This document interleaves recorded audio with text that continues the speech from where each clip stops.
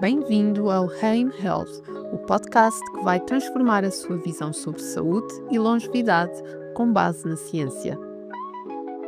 Olá a todos, bem-vindos, bem-vindas. É mesmo um prazer nesta nova edição do AIM Health e neste podcast que hoje é live no AIM Cancer Center. Termos connosco então o Miguel Moço. É um prazer porque neste podcast acabamos sempre por falar de saúde com profundidade, mas de uma forma clara e próxima, e é isso que eu sei que o Miguel também faz na perfeição. Por isso, o tema de hoje também tinha de ser algo que tinha tudo a ver consigo. Neste caso, escolhemos o tema O que ninguém lhe diz sobre a dor e fisioterapia, e não foi escolhido por acaso, certo, Miguel? Este tema para nós faz todo sentido, até porque a dor musculoesquelética, principalmente essa, é uma das principais causas de procura por cuidados de saúde e também uma das responsáveis por haver tantas baixas médicas, na verdade, certo? Sem dúvida que sim. Muito bem. Mas apesar disso, nós também percebemos, e eu digo nós porque eu sendo enfermeira da área da reabilitação também percebo a dificuldade que às vezes existe em falar sobre a dor, porque por vezes o que acontece é que há mitos, há concepções erradas relacionadas com a dor, e mesmo quando é que entra a fisioterapia e se ela deve entrar sempre. Nós hoje vamos tentar explorar um bocadinho todos esses temas. Falando então de algumas das coisas que nem sempre se explica na consulta e que muitas pessoas que precisam de alguma forma de ajuda para recuperar ou até mesmo para prevenir o reaparecimento da dor, acho que faz todo sentido falarmos deste tema, certo? Muito bem.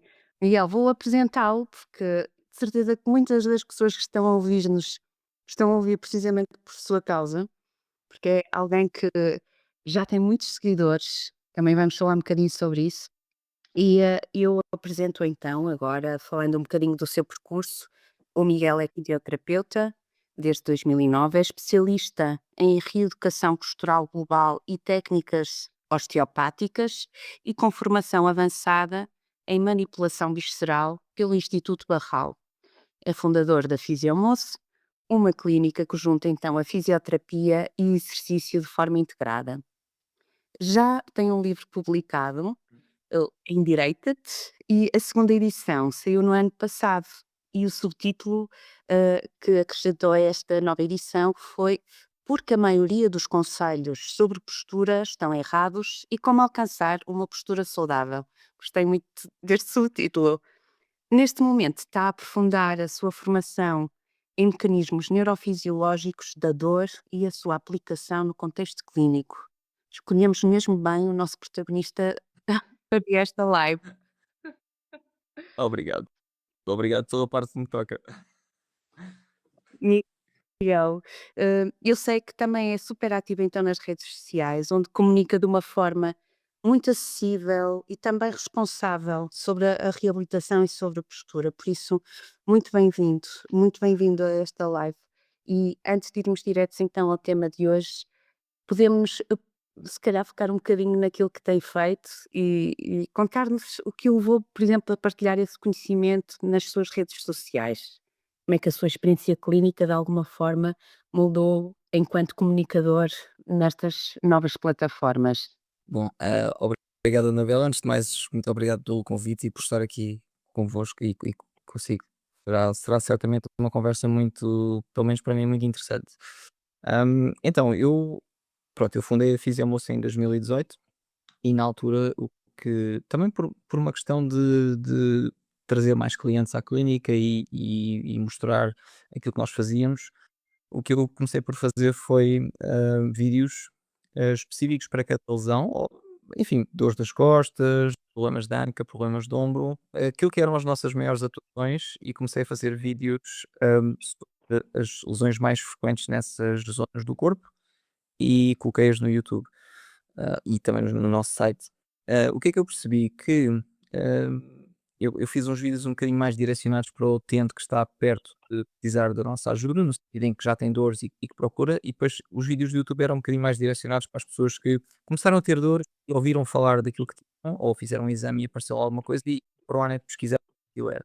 Então esses vídeos servem para isso. Dor ciática, estenose lombar, espondilolistese, pronto, esses problemas que espero que as pessoas que estão a ouvir não conheçam, que é, é bom sinal, é sinal essas maleitas. E o que eu comecei a perceber foi que os vídeos eram super educacionais, portanto, muito completos, e eu percebi que tinha pouca, pouca visualização, ou seja, não havia muita gente a ver esses vídeos. Obviamente que parte dessa responsabilidade é minha, claro que sim, pelo facto de não ter criado vídeos tão interativos e interessantes para os ouvirem. Mas também a parte tem a ver com a questão do algoritmo do YouTube, neste caso, porque era um conteúdo também um bocadinho mais pesado e acabava, e mais para mal, e acabava por não ter tanto alcance. Por causa disso e por eu também sentir que na clínica estou a repetir sucessivamente a mesma coisa, eu senti que seria uma boa oportunidade, já que estou a transmitir isto de um para um, perceber que teria e que feedback é que eu teria se a informação de um para muitos. E quando eu comecei a fazer isso percebi que, limei algumas arestas obviamente, mas percebi que havia aqui uma faixa grande de pessoas que não conhecia coisas relativamente que eu achava que eram relativamente básicas, e esse é sempre um problema dos profissionais, e neste caso de saúde, que é aquilo que nós achamos que é sentido, é senso comum, não é. A maior parte das pessoas, e bem, quer dizer, cada um tem a sua profissão e não tem que ver nada da parte da saúde. Hum, e pronto, e a partir daí comecei a perceber que se eu colocasse uma vertente mais lúdica, através de um personagem que eu criei, um bocadinho mais palerma para, fazer aqui o papel de pessoa que é leiga no assunto, sem ter tentativa de menosprezar o conhecimento que as pessoas têm, é o normal, ou seja, é um bocadinho aquilo que eu ouço em clínica, mas de uma forma engraçada, para também captar a atenção das pessoas. E percebi que isso tinha alcance e que as pessoas gostavam, não só gostavam de ver, tinha alcance e que esclarecia bem, dentro, obviamente, do registro que se pode esclarecer num vídeo de 30 segundos. Percebi que tinha uma boa forma que era uma boa forma de chegar às pessoas e, portanto, a partir daí, continuei. Sem dúvida, chega aos leigos e também aos profissionais, porque acho que acaba por ser também muito interessante, até por esse contexto dos 30 segundos, passar essa informação que é válida, é científica, acaba por ser um grande desafio para si, mas eu olho para esses vídeos e fico muito satisfeita de perceber que isto é possível, ou seja, nós conseguimos passar esse conhecimento que acaba por ser científico, mas que tem, um impacto enorme no conhecimento que qualquer leigo deve ter em relação a estes contextos, da fisioterapia. Muito bem, Miguel, isto O que eu para acho mim que é é um privilégio. eu acho que é importante também referir é que os conteúdos são baseados em ciência e são baseados em conhecimentos científicos mais recentes, ou pelo menos eu tento que assim seja, Claro. mas é importante também salientar que há 50.000 nuances em cada vídeo que eu faço e que eu não consigo apresentá-los a todos. Alguns apresento na legenda, mas há muita coisa que, se fôssemos ao polígrafo, ele dizia verdadeiro, mas em muitos que eu digo, e é verdade, quer dizer, e as pessoas fazem de Claro. que é Sim, sim, sim. tão que eu não têm toda a razão no que estão a dizer: "Ah, mas olha que neste caso, atenção que nesta coisa específica", certo, é verdade, mas eu li o vídeo, digo, aquilo é só uma porta de entrada, é tipo uma montra, e depois a pessoa entra na loja se quiser, se não quiser, continua na vida dela.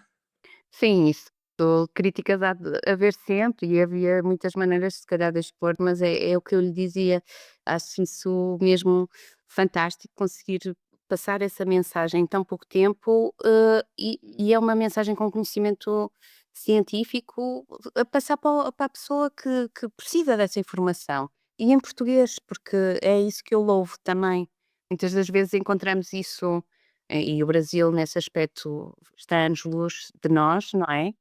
Mas é muito interessante poder contar com esse conteúdo vindo de alguém de cá, por isso muitos parabéns por isso. Então, Miguel, quando falamos de dor crónica, era uma das questões que tinha aqui, ou mesmo a dor aguda, qual deveria de ser o primeiro passo, e aqui qual é o real papel da fisioterapia? Ui, e essa pergunta é gigante, não é? Então, vamos, se calhar, vamos eh, um bocadinho por partes, que é, a partir do momento em que eu tenho uma dor aguda, em princípio, atenção, lá está as nuances, eu tenho uma causa, já aconteceu alguma coisa, e pode ser uma causa, vou começar agora a dizer nomes, não se assustem, pois é fácil de perceber, pode ser neuropática, em que há um nervo envolvido, dor ciática, aquelas dores tipo choques, formigueiros, dormências, são tudo sintomas que derivam de uma situação neuropática. Depois pode ser nociceptiva, que é tudo o que é não neuropático. Portanto, ou é de nervo ou não é. Se é de nervo, neuropático. Se não é, é nociceptivo. Portanto, eu tenho uma causa original. Quando a dor é crónica, já estamos a falar de uma situação relativamente diferente. O que significa que a causa original, se calhar, já se foi embora. Já curou. E o corpo já tratou disso. Mas tivemos aqui uma mal adaptação ao sintoma de dor, o que significa que o sintoma mantém-se, mas a lesão já foi embora. O que é que isto significa? Significa, ponto número um, que dor crónica é uma doença, ou seja, tem que ser tratada pela dor, ou seja, dor pela dor. E segundo, que nós temos que começar a olhar para mais coisas naquilo que é o estilo de vida da pessoa, para além daquilo que causou a dor. Nomeadamente, por exemplo, se eu tive uma ruptura muscular, eu vou tratar especificamente o que se danificou.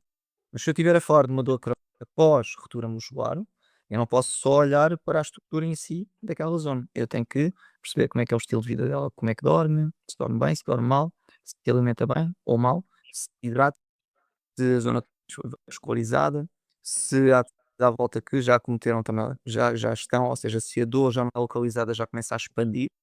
Se e outros fatores, como por exemplo, psicossociais, nomeadamente o catastrofização, se a pessoa tem medo de se mexer, se a pessoa está sempre hipervigilante àquela zona, ou seja, eu não me vou mexer porque se eu mexer desta forma eu vou ter dor.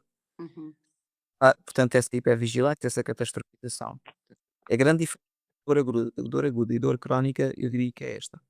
E o papel da fisioterapia na dor aguda pronto, é relativamente óbvio, tratamos a lesão original. Na dor crónica, temos que ter em consideração a dor original. Por vezes, a dor crónica ainda está de alguma forma relacionada com a lesão original, mas ter em consideração que estamos a tratar de 2 distintos.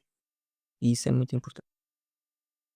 Na verdade, trata-se realmente de perceber a origem, compreender, como é que a pessoa tem gerido também, não é? E poder atuar em conformidade.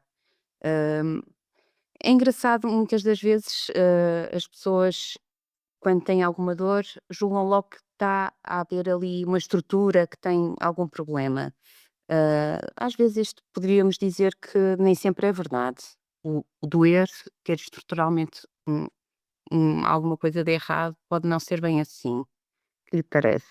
Parece-me que a partir de 2016 tivemos uma nomenclatura, ou seja, tivemos alguém, uma entidade chamada a dizer-nos que, atenção, que há um tipo de dor que não é causada por nenhuma lesão, nada estrutural que nós consigamos aperceber e que as nossas ferramentas de avaliação e diagnóstico conseguem aperceber que, portanto, que existe uma dor que não está relacionada. Se chama a dor nociplástica. O que quer dizer que é uma dor que aparece sem nenhuma razão aparente do ponto de vista de tecidos. Não há uma fratura, Uhum, não há uma ruptura, não há uma tendinite, não há nada. Ok? É aquilo que nós chamamos uma dor primária. Ou seja, não há uma dor secundária. Uma dor secundária é eu tive uma lesão e depois, secundariamente a essa lesão, eu tenho uma dor crónica que se manteve. Dor primária é eu não tive lesão e tenho uma dor.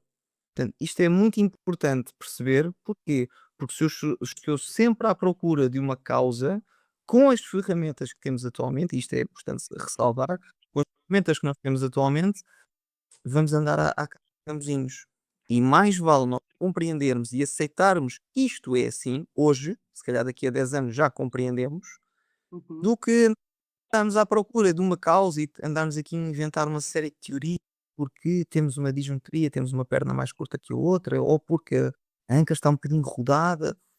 Enfim, temos uma série de teorias e todas elas, do ponto de vista de raciocínio lógico, estão certas, mas não quer dizer que na prática, quando vamos avaliar e testar, sejam verdadeiras. Ou seja, que correspondem à realidade dos contra factos, quer dizer, temos de andar aqui a dizer como o facto vale mais. Opiniões que todos temos e são válidas, factos são o que são e são a realidade e temos que aceitá-los. Muito bem. Era importante falarmos sobre este mito. Uhum. E agora outro, que tem a ver com o repouso. O repouso absoluto é a melhor solução para a pessoa recuperar uma dor? Lá está, é importante percebermos que tipo de dor é que estamos a falar. A resposta mais óbvia não, porque em princípio não será uma boa ideia fazer um repouso absoluto. Há exceções, por exemplo, se eu fizer uma fratura, em princípio vou ter que fazer um repouso absoluto, por exemplo, na perna que fraturei, porque eu não vou poder fazer carga durante algum tempo. Mas mesmo o repouso absoluto numa fratura, e depois de pôr gesso, se eu começar a fazer alguma contração, dos músculos, isométrica, ou seja, sem movimento, só ir contrair, já acho Uhum. que depois no pós, quando eu tirar o gesso, será mais fácil. Mas não, repouso absoluto raramente é a solução, até porque se eu faço repouso absoluto, eu depois não faço ideia em que ponto é que eu estou. Eu não conheço a minha condição física. Eu não sei se aguento fazer 5 agachamentos ou se não, se calhar eu ao primeiro já estou de rastros e se calhar nem consigo fazer o primeiro. Se eu for testando, se eu for experimentando, é a mesma filosofia do cão que torceu a pata. Um cão que torce a pata não pensa assim: "Bom, se calhar eu vou fazer 5 dias de repouso, por gelo", ele não pensa assim, o que ele faz é: "Vou dá, corro", não dá, não corro atrás da bola, pronto. É um bocadinho aplicar esse princípio de teste, teste e reteste, teste e reteste. E isso é muito importante percebermos, mais importante ainda percebemos, nós não somos mais inteligentes do que o corpo e cada corpo reage de forma diferente com os seus tempos, com os seus timings, com as suas incapacidades, com as suas limitações, e não tem mal nenhum, temos é que conhecer o nosso corpo. E aquilo que eu digo, ou seja, se eu estou a dizer que neste caso deve-se fazer X, isso quer dizer que para a generalidade das pessoas é isso que se deve fazer. Mas isto é uma curva, portanto, eu tenho uma curva, aqui eu tenho a média das pessoas, ou seja, o máximo de pessoas, 80% está aqui no meio, mas depois há 10% de um lado e do outro que não se encaixam bem. E está tudo bem. Nós temos é que conhecer se estamos dentro dos 80% ou se estamos nos 10% de um lado ou do outro. Muito bem. Nós, muitas vezes dizemos que o movimento importa e, por vezes, em termos de saúde, é algo que aconselhamos, sempre, movimentarem-se até para a recuperação ser mais eficaz. Mas nem sempre o movimento é, a solução, porque há situações em que, e eu já ouvia falar sobre isto, em que o movimento certo, mas se tivermos um pormenorzinho errado, nem sempre estamos a fazer a coisa pelo bem, pela recuperação. Quero explicar só um bocadinho essa parte que eu acho que isto da dose tem que se lhe diga. Sim, sim. Há a questão da dose e há a questão do movimento. Vamos começar pelo movimento, se calhar. Se eu for um ciclista de alta competição, o padrão de movimento que eu faço durante o meu treino e durante as minhas provas é muito semelhante. Eu faço sempre aquele padrão de movimento é sempre muito semelhante. E, portanto, o que é que eu quero? Eu não quero saúde. O desporto não serve para performance. Portanto, o meu objetivo vai ser a melhor performance naquele padrão de movimento. Ponto. Se eu não for um desportista de alta competição, um desportista todo, e o meu objetivo for saúde, o que eu quero é ter capacidade em vários padrões de movimento. Eu não quero só um, quero vários. Eu tenho que treinar com várias alterações. Por exemplo, eu não posso só fazer uma prancha neutra. Eu tenho que fazer uma prancha um bocadinho mais para cima, um bocadinho mais para baixo. Peso para um lado, cá para cima, cá para baixo. Tenho que diversificar. Se eu quiser ser competente no agachamento ou na posição de cócoras, eu não posso só fazer uma posição de cócoras. Eu tenho que fazer uma posição de cócoras ao início neutra, para ser mais fácil o início. Depois vou começando a variar. Uhum. O movimento, quanto mais diversificado for, maior a competência do nosso corpo, menor o risco de termos uma lesão, está bem? Porque eu posso ter muita força num padrão de movimento, se eu desviar um bocadinho para o lado, já não tenho força nenhuma. Ou pelo menos não tenho aquela para a qual estou a treinar. Por exemplo, Uhum. 10 quilos num braço. Eu se calhar tenho força neste padrão, mas se eu vou virar, acabou. E a dose é isso mesmo. A dose é, se eu quiser começar a fazer uma progressão de cargas, eu tenho que compreender que dosagem inicial é que eu posso aguentar naquele grupo muscular e depois ir progredindo. Na verdade, Anabela, eu acho que é bastante simples, isto é uma coisa bastante óbvia. O que eu acho é que às vezes a gente complica demasiado. E depois surgem uma série de teorias e depois toda a gente tem o seu método. Acho isso curioso. Toda a gente tem o seu método. Acho que é muito interessante. Na fisioterapia existe isso, na parte empresarial também existe, cada um tem o seu método. Na verdade, não há no corpo humano, e é daquilo que eu falo, daquilo que eu sei, não há dificuldade em criar aqui uma coisa que seja útil para toda a gente, ou seja, uma filosofia de trabalho que seja útil para toda a gente. É respeitar a dose, a gestão de cargas. Se eu compreender que o meu ponto de entrada é 10 quilos num determinado exercício, eu vou fazer 20 e depois vou progredindo. Quanto é que eu progrido? Aquilo que eu me senti confortável a progredir. Ah, vai haver teste, reteste e erro, é normal, eu também passei por isso e ainda passo, também me magoo, faz parte, mas se nós percebemos que ah, se eu ir um bocadinho e subir um bocadinho mais do que o que devo, vou-me magoar, em princípio também não me vou magoar assim muito, não vou fazer assim uma lesão brutal. Portanto, o tempo de recuperação também será mais rápido. Muito bem. Bem, e se eu tenho essa lesão e vamos pensar, por exemplo, numa hérnia ou até numa artrose, vou precisar de cirurgia, certamente. Normalmente é assim, não é? Normalmente. Sim, normalmente é o que. Sim. Então, o que é que poderíamos dizer aqui, nestas situações que são bastante comuns e muitas das vezes a pessoa com essa dor, que é uma dor muito difícil de se fazer a sua vida do dia a dia, quais são as opções que temos? É logo a cirurgia? Normalmente, como é que aborda estas situações, Miguel? É como tudo, há aqueles a maior parte dos casos não, mas depois há aqueles casos que são muito, muito, muito críticos e que realmente a cirurgia, tem que ser a primeira opção, como por exemplo, ele tem uma radiculopatia lombar, a típica dor ciática e que já tem tipo atrofia muscular brutal, já consegue sentir a pé, já não consegue andar sequer, já nem consegue sair da cama cheio de dores, se calhar aí, pronto, há situações que a cirurgia deve ser a opção a considerar.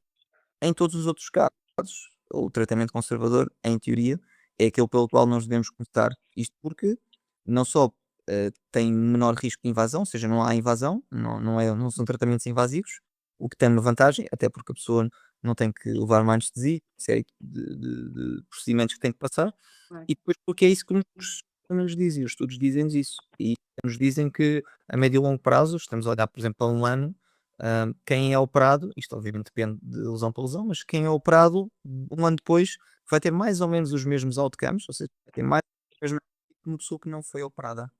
Claro que, por exemplo, no caso da estenose, que é aquele aperto na zona lombar, por exemplo, uma estenose lombar, um aperto andou, por causa de uma artrose, hérnia, o que vai acontecer é que a pessoa recupera muito mais rápido com cirurgia, mas depois a um ano é mais ou menos igual.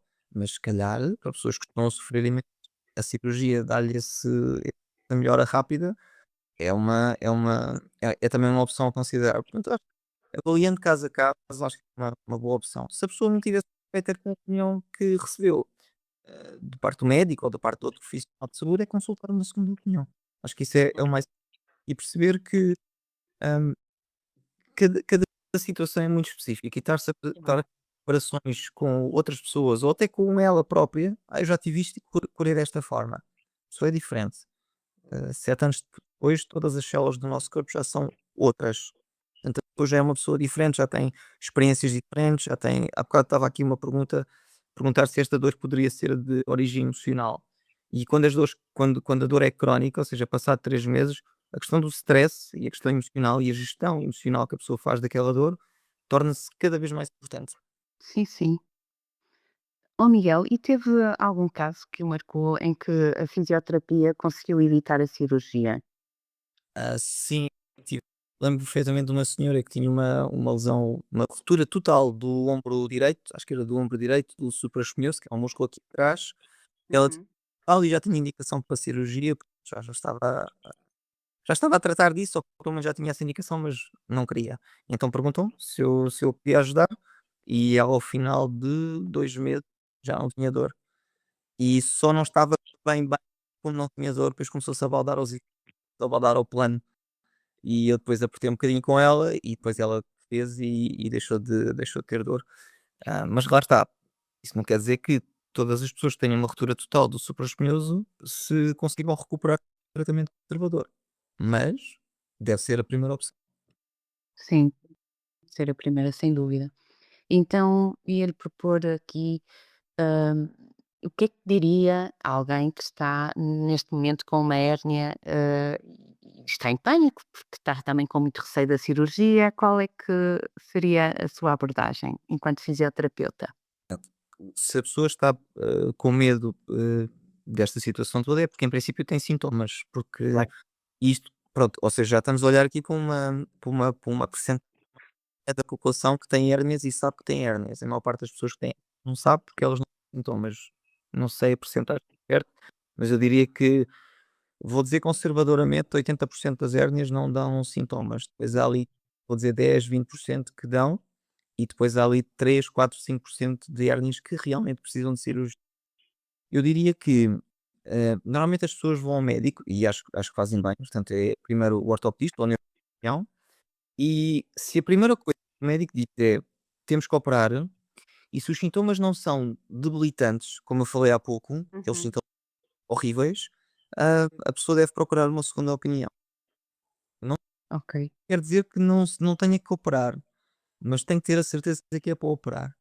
A não ser que seja uma pessoa que não se importa de ser operada. Eu tenho pessoas que não se importam de ser operadas, que preferem até ser operadas, porque é mais rápido do que ter de fazer fisioterapia. Uhum. Até porque há muitas intervenções agora que médicos dizem que a pessoa não vai precisar de fazer fisioterapia. Eu tenho casos na família assim que o médico disse: "Não, não é preciso fazer fisioterapia". Isso é muito apelativo para as pessoas, porque do ponto de vista do ponto de vista de esforço é muito baixo, porque a pessoa só tem que fazer a cirurgia, custa ali naqueles primeiros dias, mas depois deixa de custar, e não tem a chatice de ter que ir para a fisioterapia durante 4, 5, 6. Pois, compreendo, Pois. mas traz outros problemas, porque não estou a supor que seja assim, totalmente taxativo que não vai precisar dessa recuperação da fisioterapia. Uhum. Como é que faria depois essa recuperação? Alinharia ou como é que fazia familiar? Ah, ou seja, uma recuperação de uma fisioterapia a uma hérnia, Sim. portanto, a hérnia em si, nós não incidimos, o tratamento de fisioterapia não é sobre a hérnia, Eu sei, mas e sobre a condição física da pessoa. claro. Isto porquê? Às vezes nós temos dor porque temos uma lesão real, outras vezes temos dor porque temos uma lesão potencial. Eu levo aqui um esticão no braço e eu tenho dor, portanto tenho aqui um reflexo de retirada, porque vou rasgar, entre aspas. Rasgar, entre aspas, não, vou mesmo rasgar o músculo se continuar a esticar. Eu também posso ter dor por uma ameaça de dor, ou seja, não é uma, uma ameaça real, mas é uma ameaça, é uma percepção de ameaça. E isto significa, perdi-me, o que é que eu ia, a pergunta era, exatamente. Então, eu tenho que incidir também sobre os mecanismos neurofisiológicos da dor, e principalmente se a dor é crónica. Então, eu tenho que incidir sobre a condição física da pessoa, a qualidade de sono, a hidratação. É assim, eu não incido sobre a qualidade de sono, porque eu não sou especialista em sono, mas é simples. Se uma pessoa me disser que dorme 5, 6 horas por dia, por noite, e dorme muito mal, e está super estressada, há coisas que são simples e que eu consigo aconselhar. Portanto, temos que trabalhar, ou seja, os exercícios e a terapia manual são uma parte do tratamento, do acompanhamento. Nós temos que trabalhar este cluster das várias dimensões da dor, está bem? E outra coisa que é importante perceber é que no nosso cérebro nós temos 3 áreas que não são áreas só específicas, é um conjunto de áreas, mas pronto, são 3 áreas que lidam com a dor. Uma delas é a sensório-discriminativa, que nos diz o quê? Quanta dor é que tens, a intensidade, o local, a frequência, dá-nos o mapa da dor. O segundo é o afetivo-motivacional, que nos diz o quê? Quão chata é esta dor, quão agressiva, quão incapacitante, quão desconfortável é, o que é que me impede de fazer, o que é que, do ponto de vista emocional, o que é que gera em mim. Essa é a dor, portanto, a dimensão afetivo-motivacional. Depois temos outra, que é a cognitivo-avaliativa, que é: eu já tive esta dor ou não? Se a tive, correu bem? Tratei-a bem? Passou fácil ou tem tempo a passar? e esta influencia as outras duas. Uhum. E portanto, quando nós estamos a tratar uma dor derivada, por exemplo, de uma hérnia discal e que gera uma dor ciática, nós temos que compreender que, em princípio, aquela pessoa já tem uma dor há mais de 3 meses, normalmente é isso que acontece, vai tentando fazer outro tipo de abordagens a ver se passa. A maior parte das pessoas que nos chegam com mais de 3 meses de dor, mas mesmo que chegue com menos de 3 meses de dor, nós temos que ter esta abordagem porque sabemos que aquela dor vai se prolongar. Porquê? Porque o nervo leva muito tempo a recuperar. Nós estamos a falar de uma afecção do nervo por causa de uma hérnia discal, então é isso que vai acontecer. Há aqui uma pergunta a dizer que, perguntar se, hum, e as hérnias que não dão sintomas, como é que se consegue identificar antes de chegar a um cenário de dor? Esta pergunta pressupõe que todas as hérnias vão chegar a um ponto em que dão dor, o que não é verdade. A maior parte das hérnias nunca vão dar dor na vida da pessoa. E é muito provável, a maior parte de nós, eu diria que ali a partir dos 60 anos, tu diz ali, acho que é 60, 70 anos, metade das pessoas têm hérnias discais. Pessoas que não têm dor. Portanto, eles não avaliaram pessoas que tinham dor. Pessoas que não têm dor, mais ou menos metade têm hérnias discais. O que, Uhum. o que é que posso dizer? Sabemos que afeta eh, a degeneração dos discos. Falta de hidratação, má alimentação, má qualidade de sono, stress, tabaco, álcool. Portanto, mais ou menos estas Uhum. e portanto, é um bocadinho aquilo que é para outro tipo de problemas, é se nós tivermos um estilo relativamente saudável, uma boa atividade física, se nos alimentarmos bem, se tivermos esses cuidados, em princípio, vamos ter um menor risco de ter estes problemas. Comparados com quem? Connosco. O problema é que nós somos multiversos e nos comparamos com outras pessoas que somos nós no outro universo. Não dá. Sim. É, temos que sempre. Não dá. Então vamos nos comparar com quem? Com outra pessoa.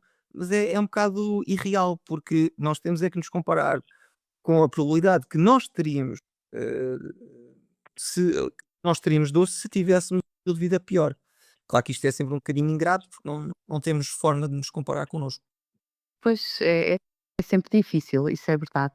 Hum, Há bocadinho, quando estava a dizer depois no pós-operatório, depois nem precisa de fisioterapia. Falando no pós-operatório no global, não querendo estar a incidir sobre sempre sobre a questão da hérnia, pronto, apesar de já termos falado sobre isso, mas já recebeu pessoas que lhe disseram: olha, o meu médico disse que eu só preciso é de andar, nem preciso de fisioterapia. Hoje em dia é cada vez mais frequente. Hoje em dia é mais E o que temos a dizer sobre isso, Miguel? Como é que é possível darem esse conselho? Ou seja, nós sabemos que a recuperação acabamos de falar sobre isso, afeta inúmeras dimensões da pessoa. Precisamos de intervir a vários níveis e a terapia manual não chega, precisamos de fazer o reforço com o exercício físico, precisamos de uma série de técnicas e de falar de outras questões relacionadas com o estilo de vida. Como é que só podemos dizer à pessoa: "Olha, agora caminho"? Uhum. Eu acho que é relativamente simples de explicar. Eu não quero generalizar, mas há muitos profissionais de saúde, um dos quais eu incluo obviamente os médicos, que têm uma abordagem ainda no modelo biomédico. O que é que era um modelo biomédico? Eu tenho dor porque tenho uma lesão, e se tenho uma lesão tenho que tratar a lesão. Quando a lesão passar, a dor passa, e se não passar tem que ser operado. Esta é a versão biomédica. Hoje em dia nós sabemos, até porque estivemos a falar há pouco da dor, que nem sempre quando eu tenho lesão eu tenho dor, nem sempre quando eu tenho dor eu tenho lesão. Há pessoas que têm hérnias e não têm dor, há pessoas que não têm hérnias e não têm lesão e têm dor, como nós Uhum, falámos na nociplástica.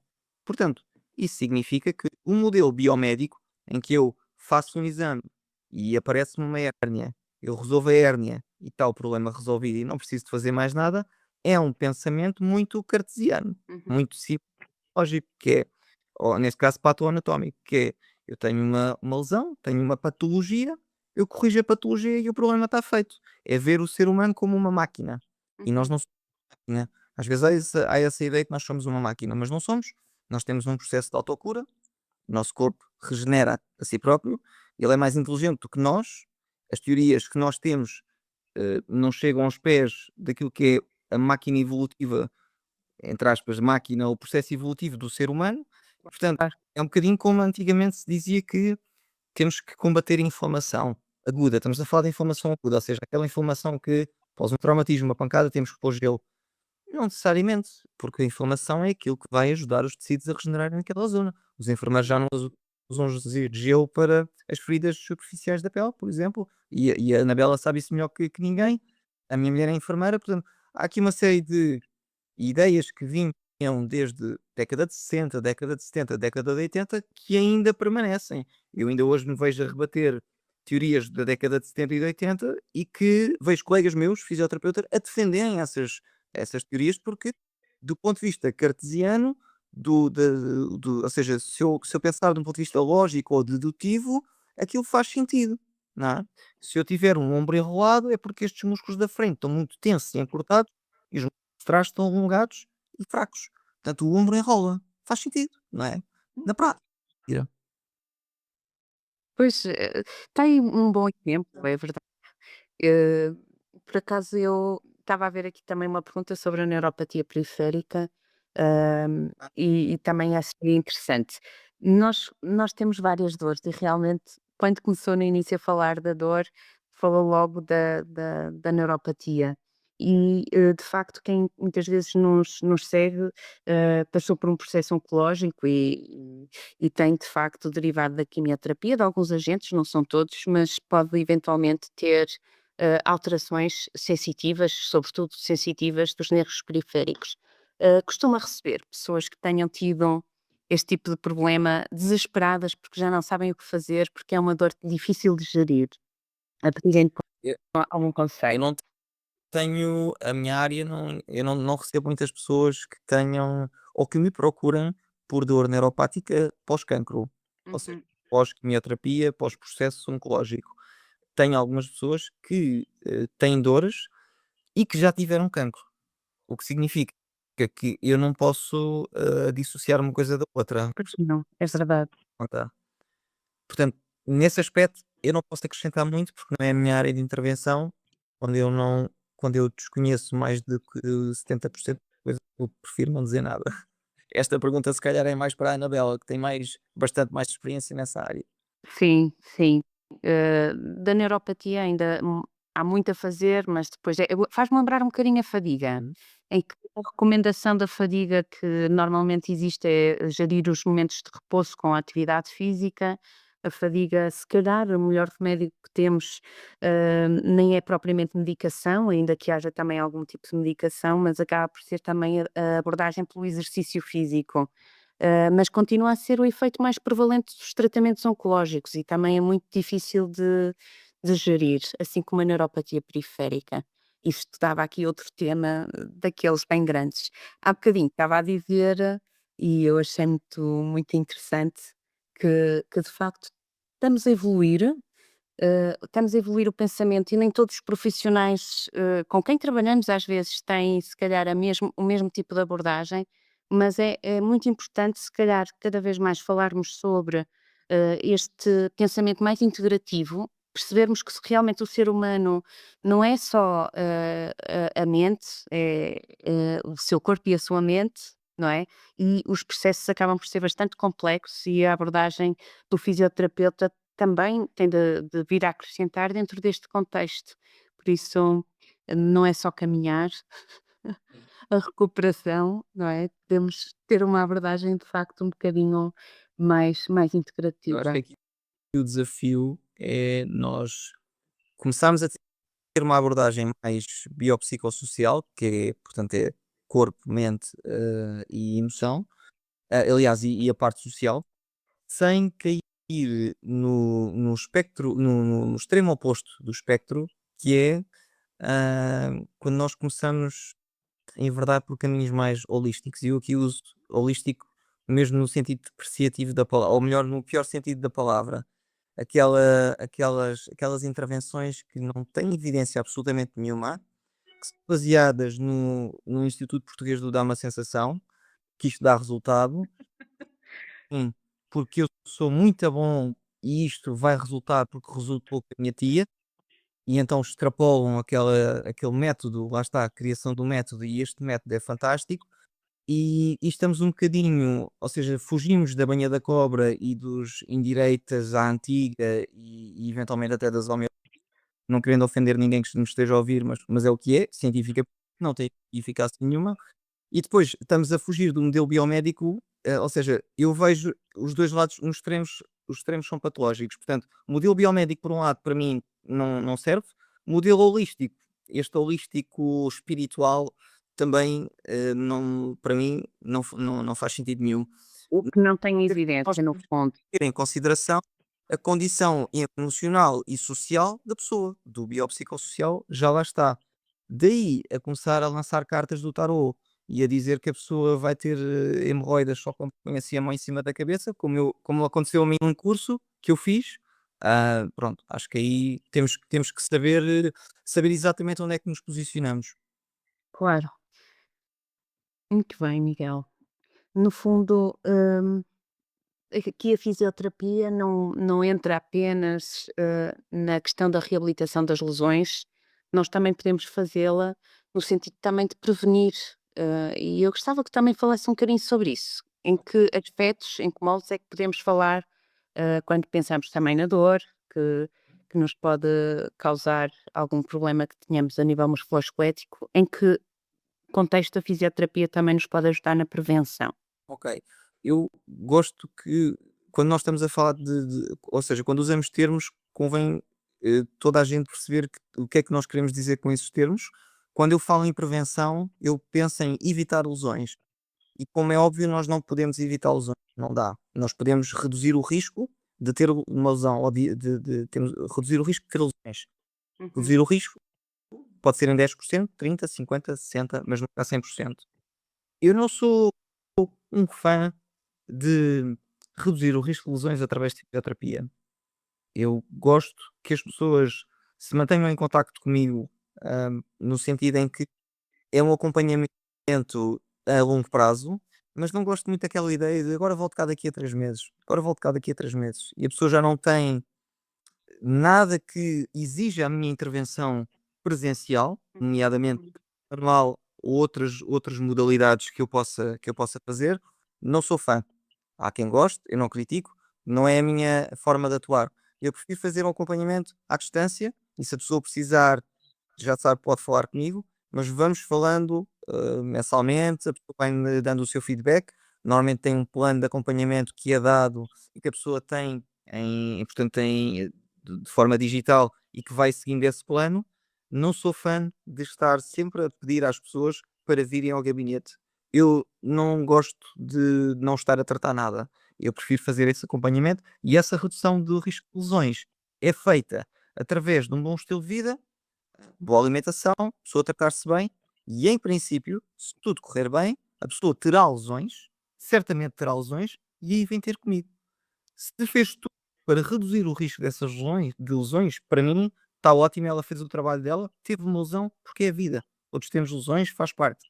Se ela não fez aquilo que deveria ter feito e que eu lhe disse para fazer para reduzir o risco de lesões, estamos cá para tratar.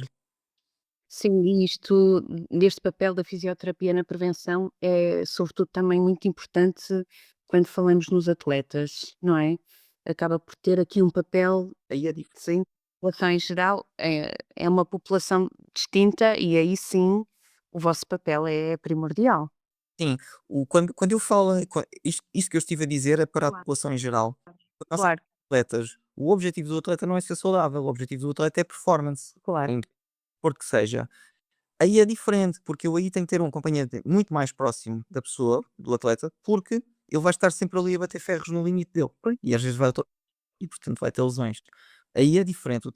Eu não trabalho muito na área de desporto, embora siga alguns atletas de alta competição, nomeadamente patinagem artística e bailarinas, mas ainda assim, eh, eu prefiro que elas façam, se elas fazem o trabalho todo certinho delas, elas não precisam de estar frequentemente a vir à consulta. Elas precisam sim de, se fizerem uma alteração do plano delas, nomeadamente começam a treinar um elemento novo, começam a fazer alguma coisa nova nos treinos, têm que preparar uma prova, têm que fazer aqui coisas novas, então aí fazemos uma avaliação para perceber se ela está capaz de fazer todas as componentes daquele elemento. Se Uhum. boa. Se não, temos que trabalhar. Claro. E bem, então, só para provocar aqui um bocadinho, e estamos quase a terminar. Ahm, Nós hoje em dia nas redes sociais, não estou a falar das suas, mas vemos muito facilmente aqueles vídeos com as soluções rápidas. Então estes 3 exercícios milagrosos para. E eu que tenho filhos de adolescentes que vão para o ginásio, que ficam com, às vezes com alguma dor, cada por algum exercício que não foi tão bem feito. Depois veem aqueles vídeos e já querem fazer igual, vão para uma parede, fez cá em casa isso.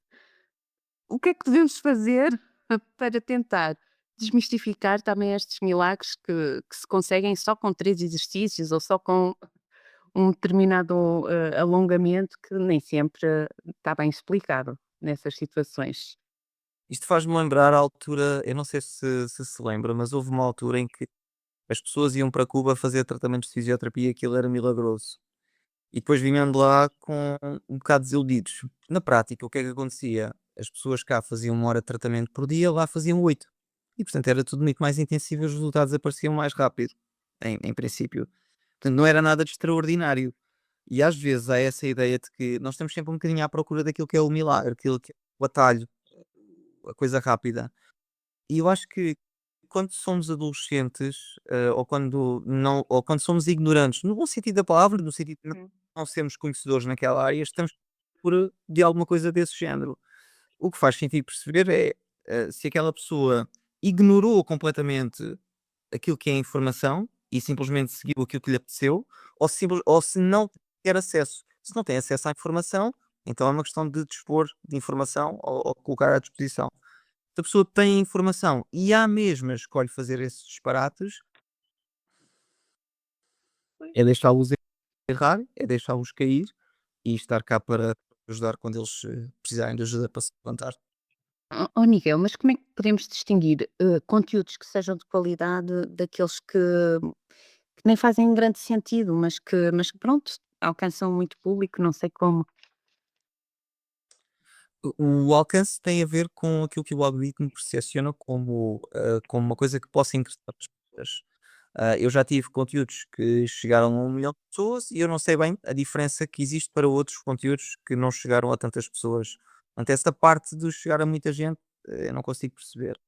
Ah, Nós não podemos fazer grande coisa, porque uma notícia falsa espalha mais rápido do que uma. Se eu quiser, imaginem, a Anabela, eu quero espalhar uma notícia falsa, eu demoro 10 segundos a espalhá-la. A Anabela demora 1 semana a estudar para a rebater e 1 hora para a rebater num artigo, por exemplo. Ou seja, Pois. demorou mais de 1 semana para a rebater. Então é impossível nós rebatermos, rebatermos informações falsas. E pior é rebatermos coisas infalsificáveis, coisas que eu não consigo, eu não consigo dizer que isto não existe. É um bocadinho como dizer assim: o Pai Natal não existe. Eu digo, então, mas, ou melhor, o Pai Natal existe, mas é invisível. Então, como é que eu consigo? Se eu não tenho, eu não consigo provar que aquilo é mentira. Se eu Claro. criar uma teoria que os ombros enrolados, se eu criar aquela teoria dos ombros enrolados, eu disser, não, isto é verdade, e a pessoa disser, mas olha, que este estudo, este estudo, este estudo, este estudo, não comprovam isso, comprovam que isso não é verdade. E eu digo, não, mas é a minha opinião e é assim que eu. Isto faz-me sentido e faz sentido às pessoas, portanto é verdade. E não sou eu só que digo isto, portanto há várias pessoas que dizem, portanto, se há várias pessoas que dizem isto, é verdade. É a falácia do povo. E a outra que é, não, mas aquela pessoa que é notável, ou que tem muitos seguidores, diz também isto, portanto é verdade. É a falácia da autoridade. Não, É difícil. não é É hipótese. bem é bem difícil, é verdade. Eh, Temos que Passando do nosso rapaz. e esperar que as pessoas, sejam cada vez mais e são cada vez mais sofisticadas para entenderem o que é uma informação que é sensacionalista e uma informação que, apesar de poder ser lúdica, é discreta e baseada em evidência. E estamos a partir do princípio, Anabela, que as pessoas reconhecem e valorizam aquilo que é ciência em detrimento daquilo que não é ciência, ou pseudociência ou, conhecimento empírico. Portanto, também há estas questões que também temos que estar presentes que elas existem. Sim, sim. Miguel, se eu lhe pedir então agora uma mensagem final para quem vive com uma dor crónica e sente receio de pedir ajuda, o que é que acha que essa pessoa deveria de ouvir hoje? Que uma dor crónica não é uma dor para sempre. A única coisa que uma dor crónica quer dizer é que tem mais de 3 meses. É só isto que quer dizer. Por ser crónica, significa que provavelmente já se dissociou da lesão original. Se houve a lesão original. Portanto, nós já temos que tratar essa dor pela dor em si. Temos que tratar, temos que perceber quais são os mecanismos neurofisiológicos que estão a amplificar o sinal de dor e temos que ativar aqueles que inibem o sinal de dor. Ok? Portanto, há solução. Se é uma solução puramente não farmacológica, fantástico. Se envolve fármacos, está tudo bem. Mesmo que seja só de forma temporária, está tudo bem. Portanto, há solução. Mas muito importante dizer que se nós estamos à espera de alterar uma condição física ou um sintoma que é crónico e não queremos mudar absolutamente nada do nosso dia a dia, eu acho extremamente improvável que venhamos a ter sucesso. Pois. Cabe a cada um de nós sentir a responsabilidade de perceber o que é que no seu dia a dia está a amplificar o sinal de dor, seja stress, seja más noites de sono, seja o que for, e tentar aproximar-se daquilo que seria o ideal. Não é o ideal, porque isso é muito difícil, mas aproximar-se daquilo que é o ideal. E depois, a partir daí, com ferramentas não farmacológicas, fisioterapia, e ferramentas farmacológicas, medicação, nós conseguimos construir aqui um cluster de intervenção que faz com que, a longo prazo, a pessoa vá sucessivamente sentir-se melhor.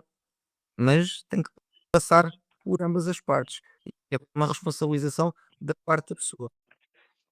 Sim, sim, concordo em absoluto. Ora, eu acho que já não tenho aqui mais questões.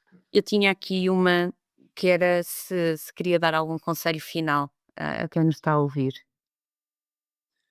Hum, eu não sou muito de dar conselhos, porque a minha experiência,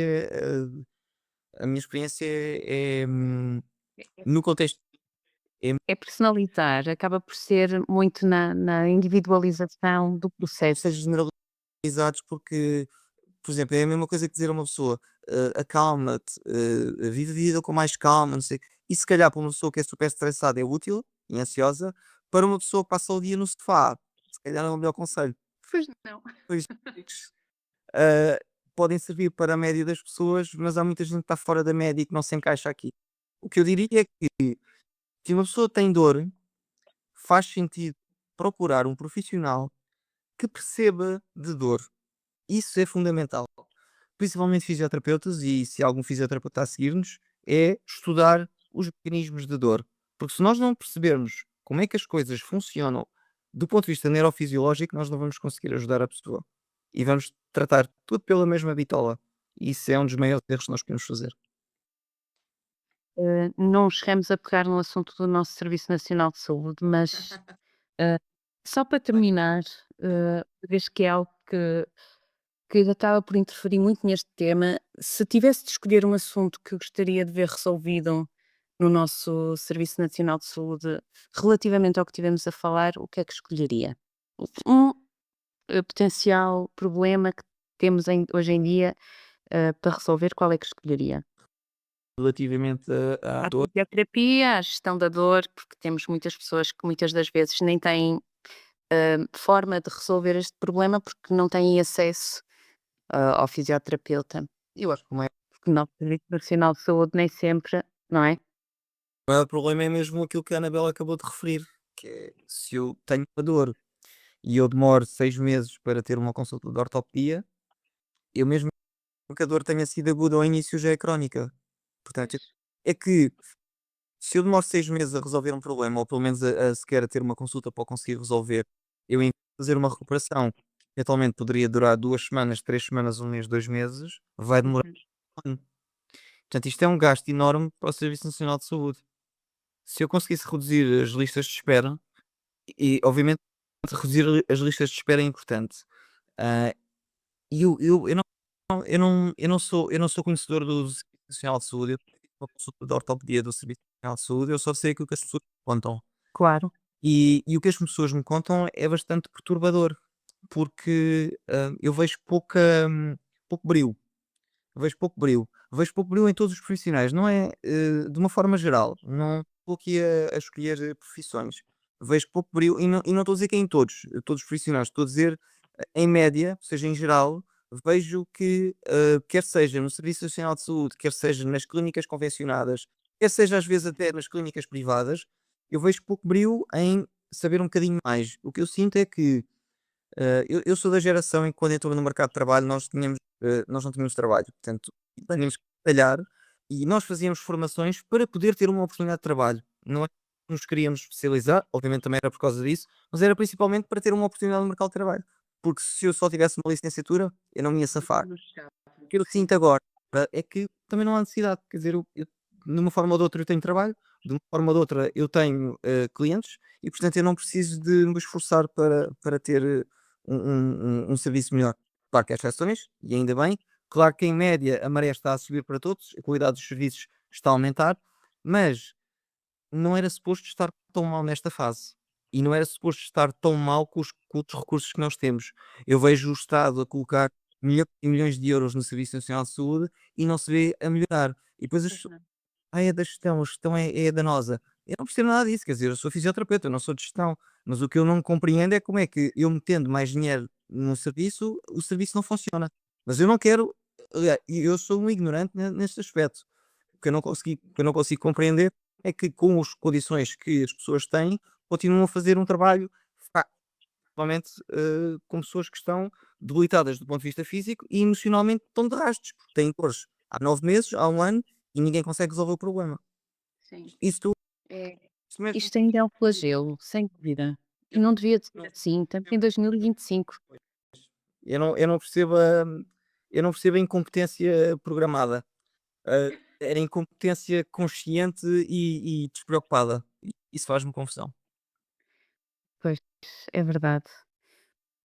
Agora para deixarmos o tema, daquilo que nos desagrada um bocadinho de parte e deixarmos aqui um tom mais positivo, Miguel, qual vai ser o próximo vídeo que nos vai fazer, rir e ao mesmo tempo aprender? Já tem alguma coisa em mente? Já eu todas as semanas eu coloco vídeos. Eu acho que os que eu preparei foi sobre estenose lombar, portanto, o aperto, da coluna a nível lombar, provocado por uma artrose ou até por uma hérnia. E o outro acho que é das contraturas aqui nas omoplatas, que por vezes, ou melhor, a gente acha que é uma contratura na omoplata, mas às vezes o problema vem do pescoço. Da cervical. É chamada radiculopatia cervical, uma irritação do nervo. Sim.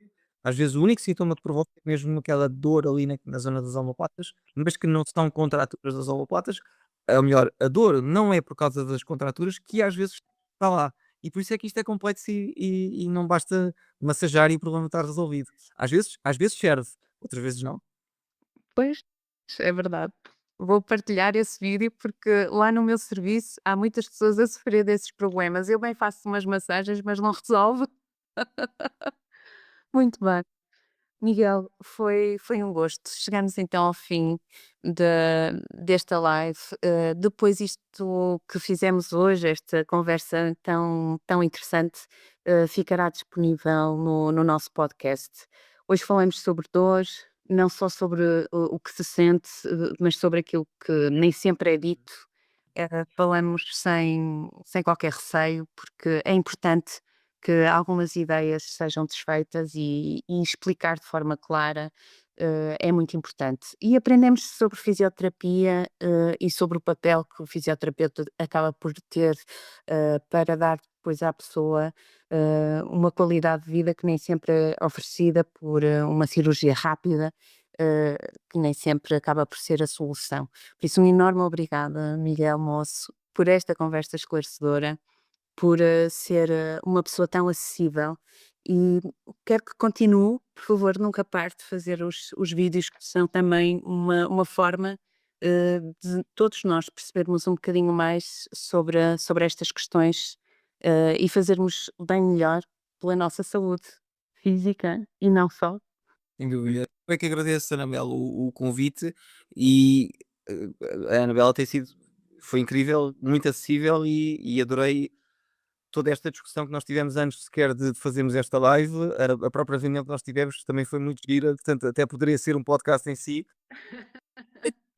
Fiquei mesmo muito agradado com o convite e esta iniciativa que vocês fazem, é incrível e eu acredito que para as pessoas que principalmente para as pessoas que estão a passar por um processo oncológico é quase ali uma bolha de oxigênio, quase mais do que saber o que é que devem fazer, é ter aquele conforto, aquele abraço de dizer: "Olha, ok, eu tenho aqui pessoas que realmente sentem e percebem aquilo que eu estou a passar", e eu acho que isso é incrível e ajuda mesmo muitas pessoas. Estamos todos cá com essa causa, por isso, o nosso podcast é em Health, podem nos seguir depois nas plataformas habituais e, não se esqueçam de seguir também o Miguel Moço no seu Instagram, vão adorar ver esses conteúdos que têm muita qualidade. E lembrem-se todos, porque cuidar da dor é realmente possível e começa de facto com a informação certa, começa também com os momentos certos. Até à próxima. Obrigado. Um boa noite e uma boa semana e boa Páscoa. Obrigado, Anabela. Tchau, tchau. Boa noite. Boa noite a todos. Obrigado por terem vindo.